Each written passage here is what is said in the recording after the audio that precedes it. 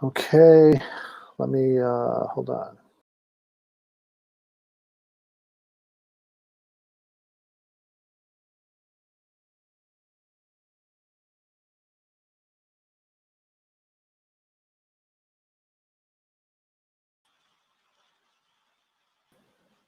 Jose? Yeah, I'm here. All right, cool.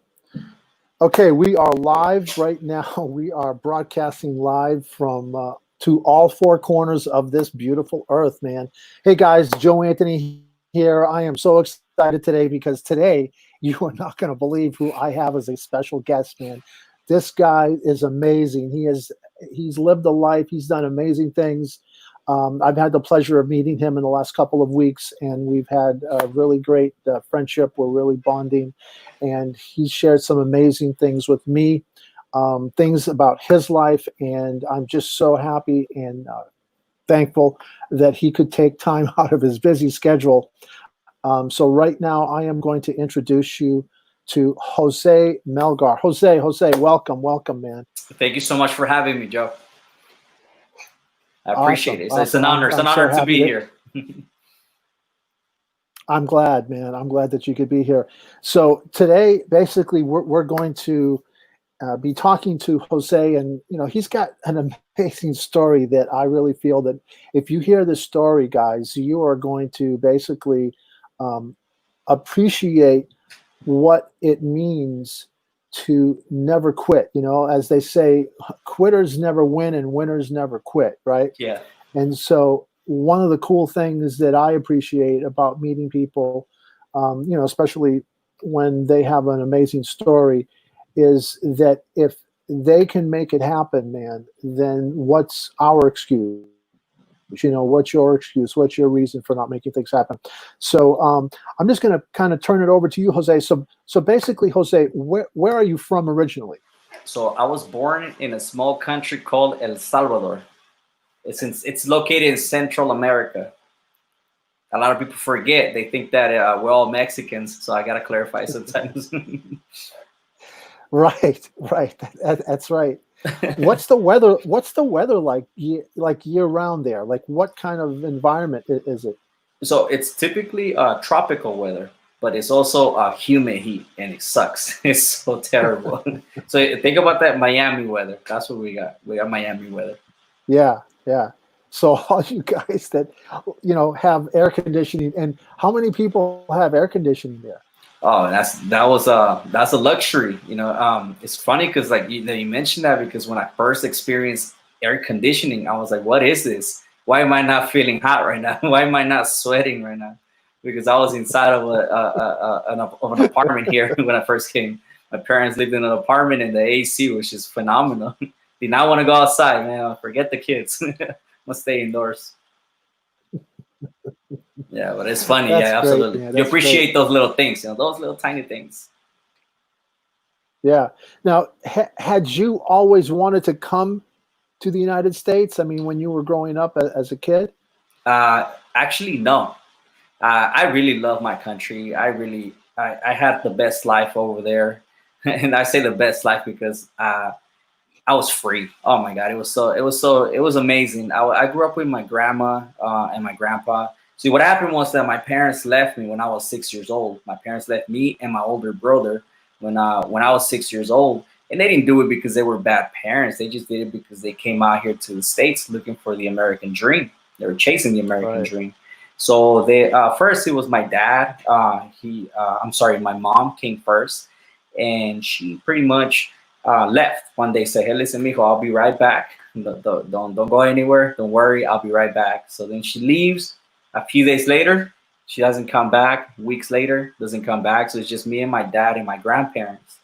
At that point, my dad, a few months later, he says, "Hey, listen, mijo, I'll be right back." And I was like, I already know where this is going, right? Because I already experienced it with my mom, and he's gone. All of a sudden, he's gone. So next thing I know, they finally told me the truth. They were gone to the United States, and that they were gonna get me and my brother in a few years.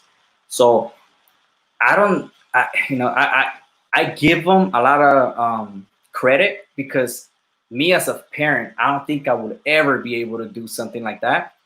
And it's not that they were wrong about it. It's just that they had to do what they had to do, right? And so they left. They and a few years later, they actually hired, contracted a famous and infamous human smuggler. We call him Coyote, right? And then he was the one in charge of bringing me out here. But in the process, and though during those 6 years, I never saw myself coming out here. Although I knew they were here, I was really happy where I was at. You know, I grew up with my grandparents. I grew up with some uncles. It was a rough neighborhood, but man, I had a great time over there. I was free. Yeah, I was all kinds of free.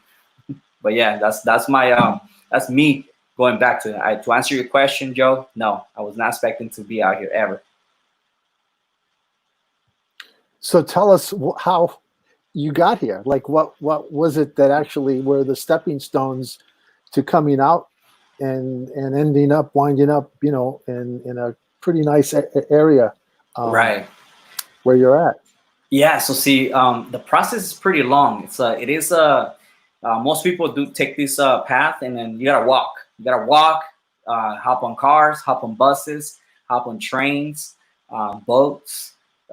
Mainly is a train. The train rides are the longest one, and the walk through the desert. So fast forward. Let's see. I was 12 years old when my parents actually were in the financial position to be able to pay this human smuggler to bring me all the way over here. So it was me and a group of people, and one of my aunts actually came out here as well with me. So the reason they felt comfortable bringing me with this human smugglers because my aunt was part of that group too that came with in that trip. So therefore, I felt safe. You know, I didn't want to leave my grandpa. My grandpa is like the biggest role model in my life, and not because he had a successful life, none of that. It's just because he showed me the respect of how to respect a woman. He showed me how to tie my shoe. He showed me how to ride my first bike. You know, he was there in those early moments that were very crucial. And you know, he passed away a few years ago, but he showed me everything, and my grandpa was everything to me. So knowing the fact that I had to leave because I gotta come with my parents, I hated that moment because I didn't want to leave both of my grandparents. And I'm a grandma boy. Whenever you hear about you hear of mama's boys, no, I'm a grandma boy, Right. and I love it. You know, like I'm still like that's my little old lady there. And Was it your father or your mother's from my side? mother's side, from my mother's side. Okay. Yeah. Okay. See, my father's side, they were even more poor. And so they were like, man, that house had no, there was no air conditioning. The walls were made out of stone, so it was just stone. Wow. All of the house was just stone. But it's beautiful because they had all kinds of animals. They had ducks, chickens, birds, all types of animals, turkeys. You know, so they eat good because they have the animals. They had pigs. They had Right. the trees. There was a lot of trees. So they don't need much in life. Therefore, they don't really advance in life because they don't need much. And Right. they grow everything. Their plants. So they live a different lifestyle than most. But I grew up with my grandma from my mother's side, and then she's the one. Her and my grandpa are the ones that raised me and turned me to the man that I am now. I appreciate a lot. You know, I think that's why I have a soft spot for older people because I was around them quite often. Right. Right. So how Yeah. old were you when you actually set foot in the U.S.? So I was 13, but so funny story is that so they bring me here, right? And in the middle of Mexico, DF, el DF, Mexico City. Right. The moment we're getting off of a bus, it was me, my aunt, and her spouse, and the coyote and the whole group. So we're getting off the bus, and there was cops waiting for us. So see, this is what Oh. typically happens. So the moment you step out of the bus, you have two choices. You can run, or you could just stay behind and just get caught and then get arrested, right? So 90% of the group decided to run. But then if you run, where do you go? You don't know. You're in Mexico. This is a brand new city for you. You don't have any relatives there. It's a whole different country. So me and my aunt and her spouse decided we stayed. And then the coyote stayed too. So therefore we had two police officers They arrest us. They put us in the back of the cab, in the back of the cop car, and they take us and they say, "Hey, listen, we already notified immigration. I'm taking you guys there, or we can work something out." And I was like, "Oh, okay." So I remember the conversation because it was very traumatic if you think about that, right? Like you have a Yeah. cop Yeah. telling you, "Hey, listen, we can work this out." Like that does not happen here. No cop here will ever work it out with you. Right. Other than the rules are different. So he said the two cops said, "Listen, we can work it out. What do you guys have on you?" So then we give them everything.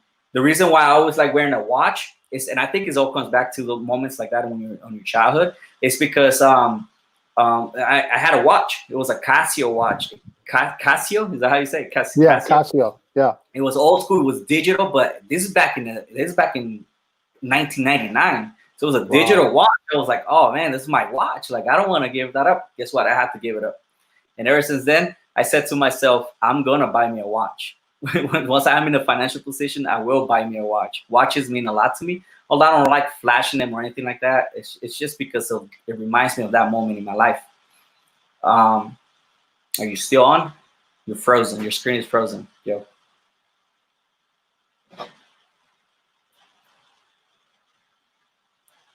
We're gonna wait for Joe having some technical difficulties.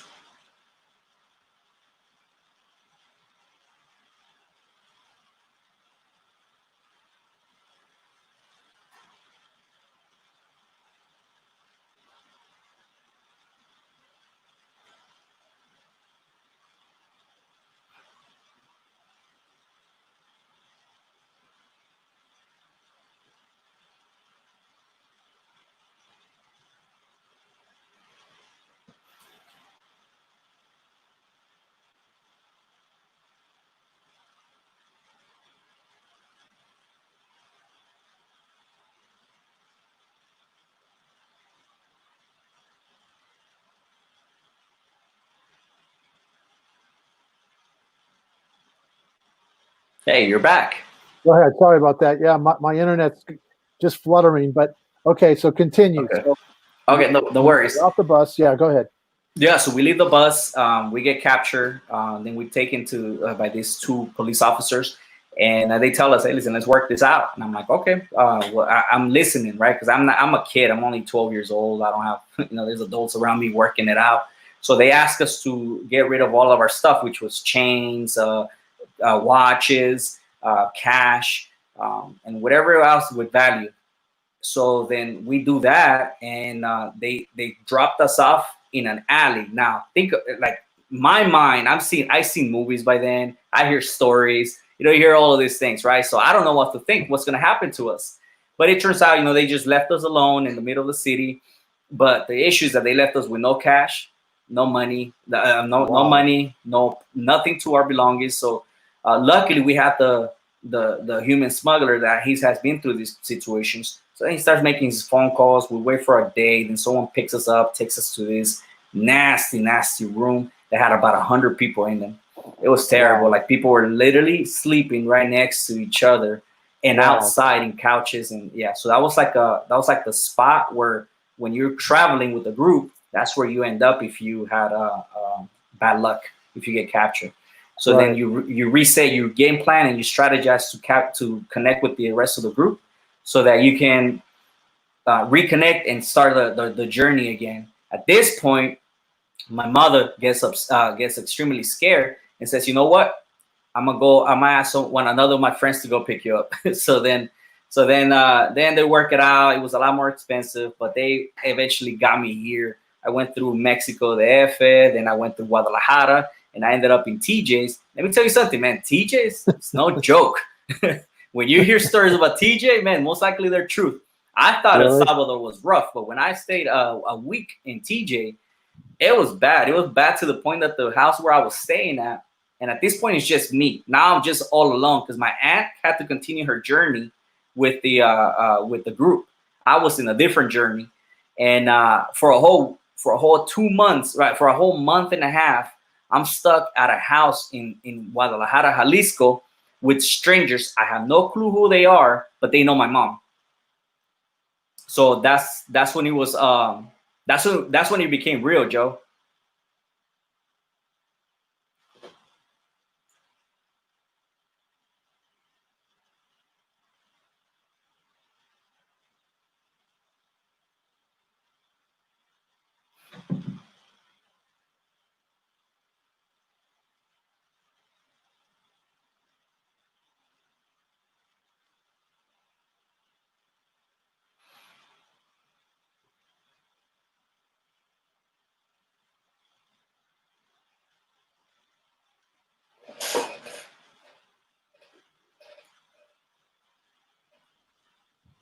There you are.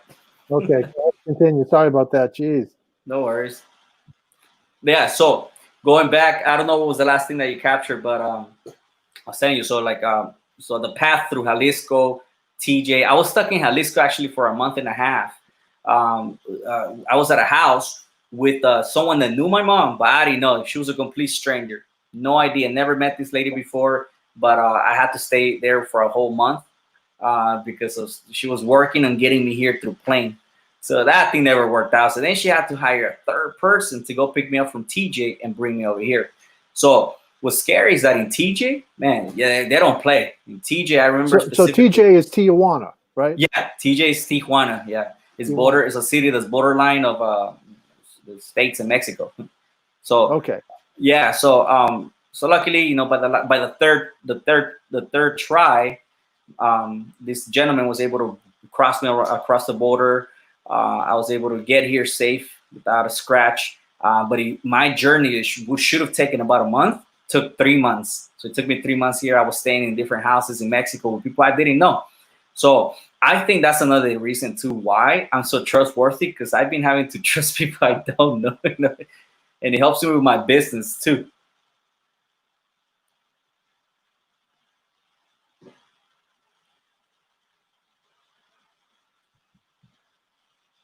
There Yeah. you are. So why you're so trustworthy? Oh, okay, you heard that part. Yeah, so I think that's one of the reasons that it has helped me. One is you can't just trust anyone, so you have to have good what is that character judgment, right? Judgment of character. So, but I'm able to find out who really wants to help, who really wants to change, who really wants to try something different, and then who I can really trust. It's That's a blunt statement, right? You can't really trust anyone. Sometimes you can't even trust yourself. But I feel like you can definitely work well with others if there's a sense of trust in it. Yeah, absolutely. So now bring us to where you grew up in the States. So you come into the States once you get past all this, we'll call it red tape for the sake of, just to make it simple. Yeah. And then you grew up in California. Is that where Ye- you sort of grew up? yes, Southern California, a small city called Pomona, and Okay. that's home, man. That's second home for me. Yeah, it's it's not. It wasn't the a luxury life. It wasn't like I picture it on movies and TVs. Pomona was also rough. The time that I grew up in my high school years, this is another thing too. I come home, right? I come home to my parents. I haven't seen them for 6 years. They missed 6 years of my life.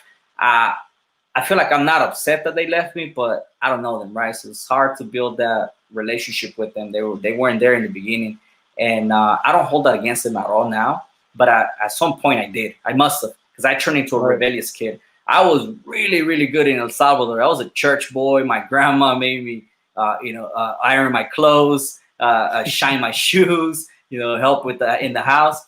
I come here, I don't want to do anything. I don't want to help my mom. I miss my grandparents, and I'm a rebellious kid. And then on top of that, Joe, us people that come from El Salvador, we have a different accent in Spanish, a different Spanish accent, right? So you could literally tell us apart. Just like you can tell Puerto Ricans apart, you can tell Cubans Right. apart, Right. you can tell Salvadorians apart. And so I got this is my language, right? So I come here in a city that's mainly Mexicans. so they not that they make fun of me, but they would be like, man, where are you from? Like, you speak different than us. Like, who are you? Who is this person? And the same thing happened in Mexico to me. They're like, what the heck? Why you speak so weird? Because I speak different, right? So it's a Yeah. great learning experience. So and being around so many different cultures, I think has helped me and my skills at adapting. And I can talk to anyone. I mean, you could be Right. the poorest kid in the block or the wealthiest kid in the block. We're gonna connect one way or another. I don't care the color of your skin. None of that matters to me. I Yeah. don't see that. But yeah. To answer your question, yeah, I grew up in Pomona, California, and yeah, that's where I went through high school. Cool. Cool, man. So everybody's waiting to hear how you transformed from that, all that amazing upbringing, to come here with all the struggles and everything. How did you land where you are today? Like, how did you get to this place, man? Joe, we're that's a great question, because just like my journey to the States, this journey to where we're at now with the company, it's been a long journey. It took forever to get here. So now this is how it starts, right? So I graduated from high school. I'm mentoring. I had this mentor in music, and he teaches me everything about music, right? And I love music. I think that's another reason why you and I connect so well, is because of the music background of yours. Yeah. If you see here, one of my goals in life is to perform somehow at the Radio City Hall, right? Something. That's awesome. Right. Something around among those lines. But I'm in a different mission now. But before, I used to perform in clubs. I used to perform at bars. I used to perform at parties. I was 18, 19. I didn't care, man. I was living my life. And once I was introduced to music, I couldn't let it go. But then life happens, right? We get a little bit older, then I have kids, I get married, all that stuff is going on. So I leave music behind and I get stuck with the 8 to 5 job. Okay, I worked for a cable company called Time Warner Cable at the time, and I worked there for 12 years. I don't know if you remember Time Warner Cable, right? Oh yeah. Yeah, so the Time Warner Cable sells to Charter Communications, and then Charter changes the name to Spectrum, and that's how we have Spectrum here nowadays, right? And let me tell you something. I worked there for 12 years, and the first 10 years, I love it. I was a company man. Man, you talk bad about my cable company, I got coming after you. That's how sold out I was to that, working for someone else, building someone else's dream. And I come to realize that, man, corporations, they'll get rid of you for whatever reason. Any chance they get, any excuse that they have, they'll get rid of you. So on my second year with Spectrum, there was a little complaint about me, and they let me go. Now I'm pissed off, because imagine like you're dating a girl for 12 years and she just breaks up with you. That's how it felt. I was pissed off. I was like, what did I do wrong, right? Can we move on? Can we move forward? But anyway, so I worked for them for 12 years, so I have zero experience. I have 12 years of experience in telecommunications. And also my music, right? I always did music along the way. But so what happens is that I'm looking for an opportunity, right? So I find myself looking for a opportunity. I didn't want to go back to work for a corporation, because they left a nasty taste in my mouth. Right? It was a bad experience. I didn't want to work 8 to 5, because I was sick and tired of getting up without the desire to do something that I feel like I wasn't impacting lives, and I feel like I was put in this earth so I can impact lives. So then it's funny enough, because like I work with a gentleman named Brandon Bowman nowadays, but before, me and him see each other for a whole year, just wave hi to each other. We had the same car. His was a little bit faster. We got a Hemi engine on it. So we always complimented each other with the car. And our daughters go to the same school for the whole year. And eventually I used to see this guy who was busy on the phone, always talking deal, talking money, close this, close that, this and that, right? So I approached him. So I did what we call, I prospected myself to him. I was like, sir, what is it that you do for a living? I just bluntly asked him like that. He told me, I'm in the financial services. And I was like, no clue what you mean by that, because I have nothing, I don't know anything about financial services. So immediately I'm thinking, oh man, I thought, maybe he could show me. I said to myself, maybe he can show me. So then I asked him, he's like, okay, so I have no clue, I have no experience, but I'm looking for an opportunity. And he goes like, okay, yeah, why don't you come to my office? We'll show you a demonstration of who we are, what we do, and then we'll see if you're a good fit for us. And I told him, I was like, hey, listen, man, like I really don't know what you do, and it really doesn't matter at this point. But if you show me how much money you make in a month, and if it's more than what I'm used to making, I'm totally down to go check it out. And so then he was like, oh man, I don't really like showing numbers, but here it is. And he shows me his phone, right? And it was, I remember exactly, it was May 12th of 2018. And he was at $15,000 for the month. And I'm thinking to myself, this gentleman's making $1,000, more than $1,000 a day. I must know what he's doing. So then I'm like, okay, I'll go check it out. So then I go to the office, and don't get me wrong, in the beginning, seeing the amount of money that people were making definitely attracted me. I was all in. I'm like, show me how to make that money. I saw the presentation, and I saw the mission behind the company. And I remember them specifically asking me 2 questions. And they said, Jose, do you know anyone that doesn't have papers? I was like, yeah, man, most of my people don't have papers. They don't have a real social security number. They're working with the 19. He was like, do you speak Spanish? I was like, yeah, Spanish is my first language. He was like, all of that community, you can help. Prepare them for the future. Help them with their financial needs. Educate them about financial services. Do you feel like there's a lack of education in your community? I'm like, yeah, I don't know anything of these services that you just explained to me. So most likely my people probably don't know neither. So when they showed me that, and that started to change my mindset. But I also told them, hey, listen, like they started talking like, hey, man, you're gonna have offices across the country. You're gonna help us build different teams in different cities, different states. You're gonna be traveling all around the country. And I'm like, at that point, I'm like, hey, listen, man, just can you show me how to do this? Because I don't sell out to the dream. And you're selling me this big old dream, right? So I didn't believe it.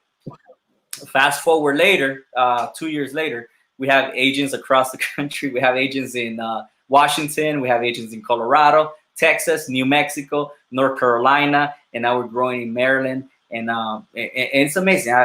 It's great to be part of history. We're making history with this company. But that's how I end up in the. That's how I was introduced to this company.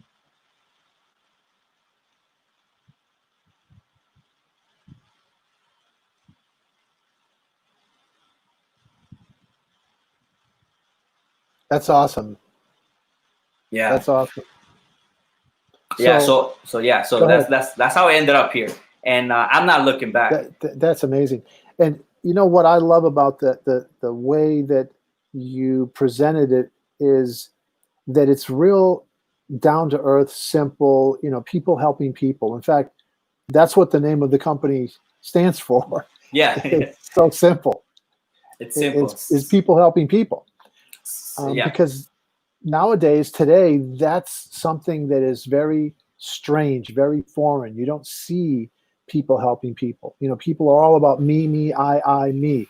Nobody cares about helping anybody else. Nobody cares about the other person. Nobody cares about, hey, you got laid off. Hey, you know, you need help with your finances, or you need help in saving money and making money, helping you get out of debt. People don't care.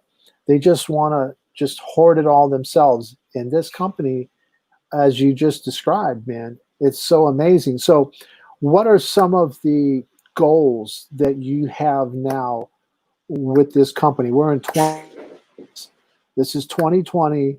Jose said that you started around 2018 or so. Yeah. So what is your goal now? What do you want to accomplish in helping people going forward? So Joe, my mission now, I want to mentor, right? I want to mentor as many people as possible.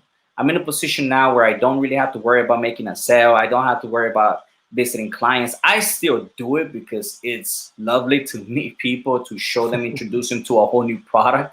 But my mission in this earth is to change the lives of people, or at least plant seeds to help them change their lives or guide them through a different way. I was stuck at a job for 12 years. There are people out there, even the people that might be watching this, they're stuck at their job. They hate their bosses. They're being sexually attacked. They're being mistreated. They're overlooked. They've been working their asses off for years for a promotion, and they don't get it because it's all about politics when it comes to corporations. And I want to be able to help people like that. Everybody needs an opportunity like the one that we have, but not everybody wants it. They're not ready for the change. But when you're ready for that change, I want to be there and guide you through the steps of what it takes to become a true entrepreneur. Right? Everybody's afraid of becoming an entrepreneur. I want to be able to help other people achieve the level of success that I've been able to achieve in the last 2 years. I want to be able to put people in that position where they can quit their job. They can fire their bosses. That's what I want to do. That's my mission. And I also coach and mentor people, get them off the streets, get them a career.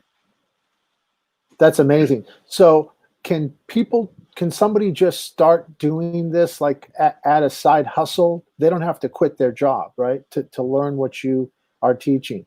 Correct. Yeah, they don't have to quit their job. That's what's amazing about this. We have people coming here part-time. They have their jobs and they slowly transition out of their jobs. They as soon as they start making their money, the same amount of money that they make during their 40 hours or their 80 hours that they work a month or every 2 weeks.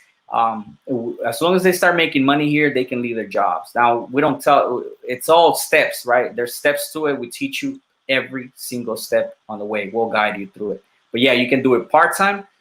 If you already have a job, if you don't have a job, you can come here and do this full-time and go crazy like I did.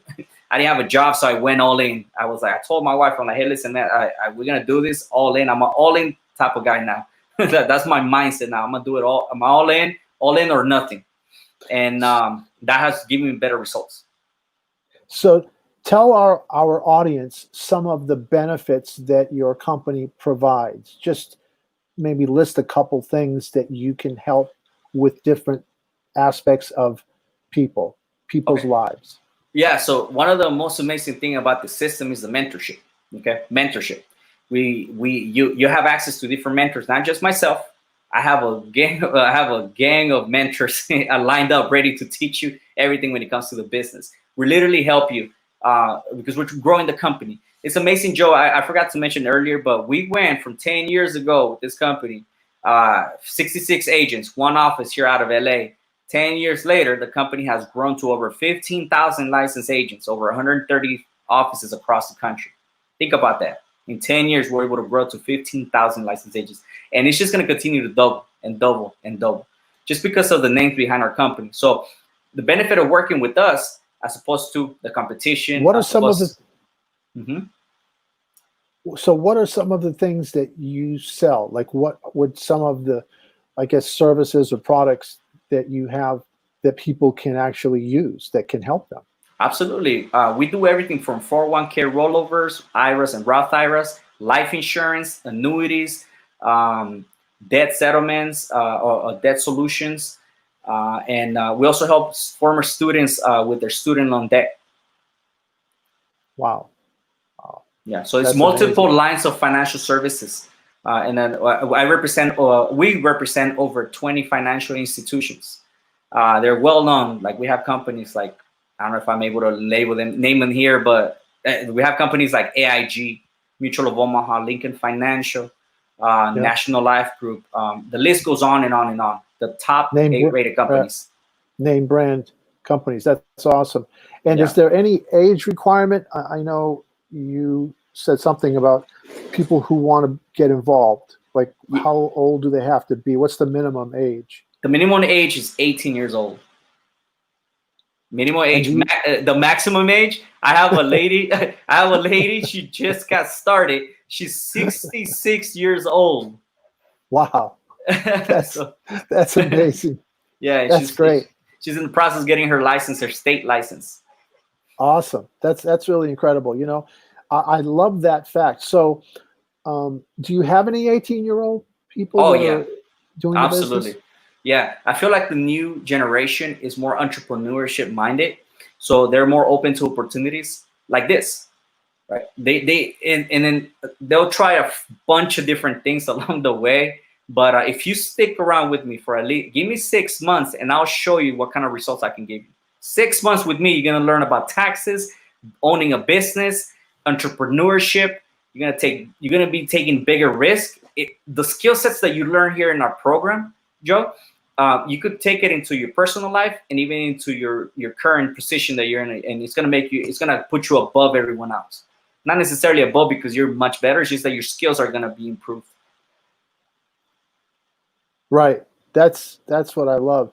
So let's really help some people because, you know, there's a lot of people that are unemployed right now that have been affected by, you know, the last 3 months or 2.5, 3 months because of, you know, COVID-19, because of all the issues, companies closing down, it's crazy out there with the economy. So what should people do? And I'm just going to kind of let people know that one of the reasons why I met Jose was because I was also interested in what Jose was doing. I want to learn more about what he's doing. And so I also am now getting educated and learning and wanting to help as many people as I can too. And this platform that we're using could be a really great way to help to spread the word, you know, spread the message and get people who can at least examine it. Take a look at it. Just take a look. All you are doing really. Tell me about these. Tell us about these. You call them BOMs, or where people can just listen and watch and learn what is involved or how it can help them. Absolutely. So we have a business overview meeting every Tuesdays at 6 p.m. Pacific time, and Saturday mornings 10 a.m. Pacific time.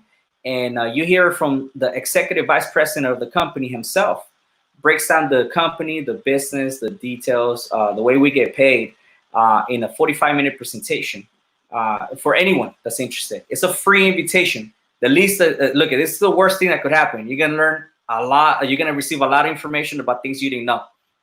We don't pressure people. We don't chase people. We don't force people to do something they don't want to do. All we're giving you is a free 45-minute education about financial services, about a new company, about the next big company, and how you could potentially earn extra income while you still work, while you're going to school, while you're at home being unemployed. We want to be able to help you put more money in your pocket. Right. And that's really one of the things that I believe too, is that people have this, they don't know what they don't know mindset. I call it unconscious incompetence. Yeah. It's like when you learn how to drive a car the first time, right? You have to start thinking about the steering wheel and the brake and the accelerator, all these things, and you can't even have a conversation with anybody. You can't think about anybody else and about anything else, right? But then you keep doing it, and all of a sudden what happens is, man, you're doing things like 3-4 things, multitasking. You don't even think about driving anymore because the car, it's like, wow, how did I get from point? And that's what we want. That's what you want to do, is you want to help people learn about their finances and start taking positive action so that they can benefit now while they're still alive. Because, once you're dead, I mean, what good is it going to do? It's not going to matter anymore, right? So we want people to really learn about, and I know we've had these conversations where we are teaching people how to do more with what they already have. Like money that people already have, they're not maximizing it. They're not getting the most. They don't optimize the money they already have. And I had to learn new things too, because I didn't know things that I, now I'm learning. And I'm like, wow, if I do this and I do that, I'm going to be better off in a couple of years, and 5 years, and 10 years, or, and that growth is amazing because, we have to protect ourselves. And obviously all these people that are unemployed with no income, no stimulus payments, it's like, where's the money from the government? They're looking for the government to help them. Instead, you're teaching people how they can help themselves with already information. Is that true? Correct. That's right. And then you don't. The amazing thing, Joe, is that you don't come here and do it alone. You have a team of professional experts that will help you and guide you along the way. And you're gonna learn a lot about a lot of things that you don't know, that you should know, that we should all know, that is out there. It's just that we don't take the time to learn it. So now, I mean, the main purpose of our company is obviously to help as many families as possible, and we're gonna be able to do that with your help, with people like yourself spreading the word. You probably, just for the audience, whoever is listening, think about that. Someone that is in need of our services. Why don't you do something good and actually get your license and help that specific person? Because everyone we know will eventually die. Everyone we know will eventually lose money. Everyone we know is going to get some money. They don't know what to do with it. So they're going to go invest it in the wrong things. So why don't you put yourself in a position to be able to help that other person? That's what we teach you here. I love it. Now, if anybody is interested, I put a link, workwithjoeanthony.com. All you have to do is go to workwithjoeanthony.com, schedule a one-on-one, and you'll get even Jose to be able to answer some of your questions. If you have some questions that you want to ask Jose, and how you can start learning how you can grow that money that you have, or how you can add more income maybe to what you don't have, because people are always looking for an additional income stream, right? More ways to add more income streams. Yeah. Um, Yeah. One thing is that we're going to tell I'm not going to teach you. I'm not going to promise you that you're going to become a millionaire. It's not one of those things, get rich quick type of schemes. No, that's not what we teach here. But I will. There is the potential to become a millionaire in this company, but that's up to you. But if you're one of those individuals that's, hey, listen, man, I'll be. Think about what $500 extra a month would do in your pocket. That could potentially change the car you drive. That could potentially change the daycare that you send your kids to. That could potentially change personal studies for your kids, or even the zip code where you live, right? Just an additional $500. If you want to learn how to do that, we teach you. If you want to learn how to quit your job, how you can replace your income and actually make more, be in a position where you can make unlimited amount of income, we can teach you that here too. And the mentorship, the coaching, the ability to work with top eight rated companies, it's here. It's just up to you if you want to make that decision. If you're ready to learn, we're here for you. Because I think we lost you there again, Joe.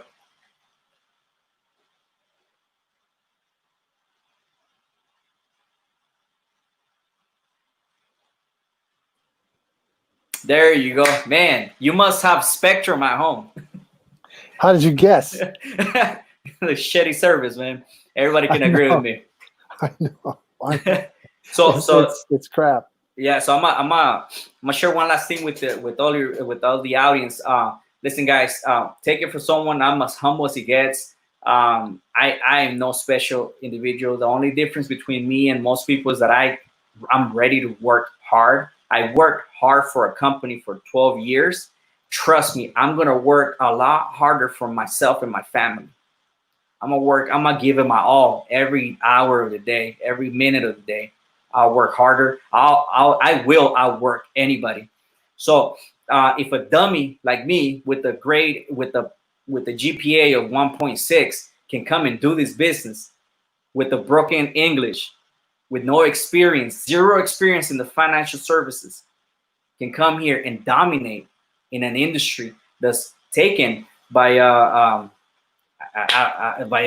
don't know, just this industry has there's a lot of room for growth in this industry. That's what I'm trying to say. There's room for you. I can teach you. I used to work hard with my hands, and I don't do that anymore. I work hard with my brain, and then we teach you how to work harder but work smarter as well. That's all we're looking for. The only thing we're looking for is for people that want to work. If you want to work, trust me, you'll get far in this business. This is the guy, man. This guy here. Thank you so much, Jose. You heard it here, guys. This guy, he can help you.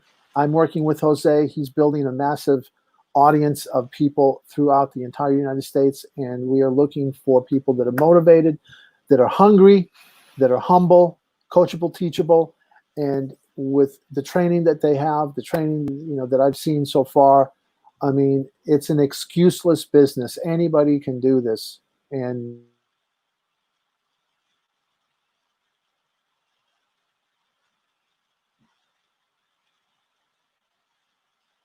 thank you, Jose. Oh, there okay. You are. Yeah.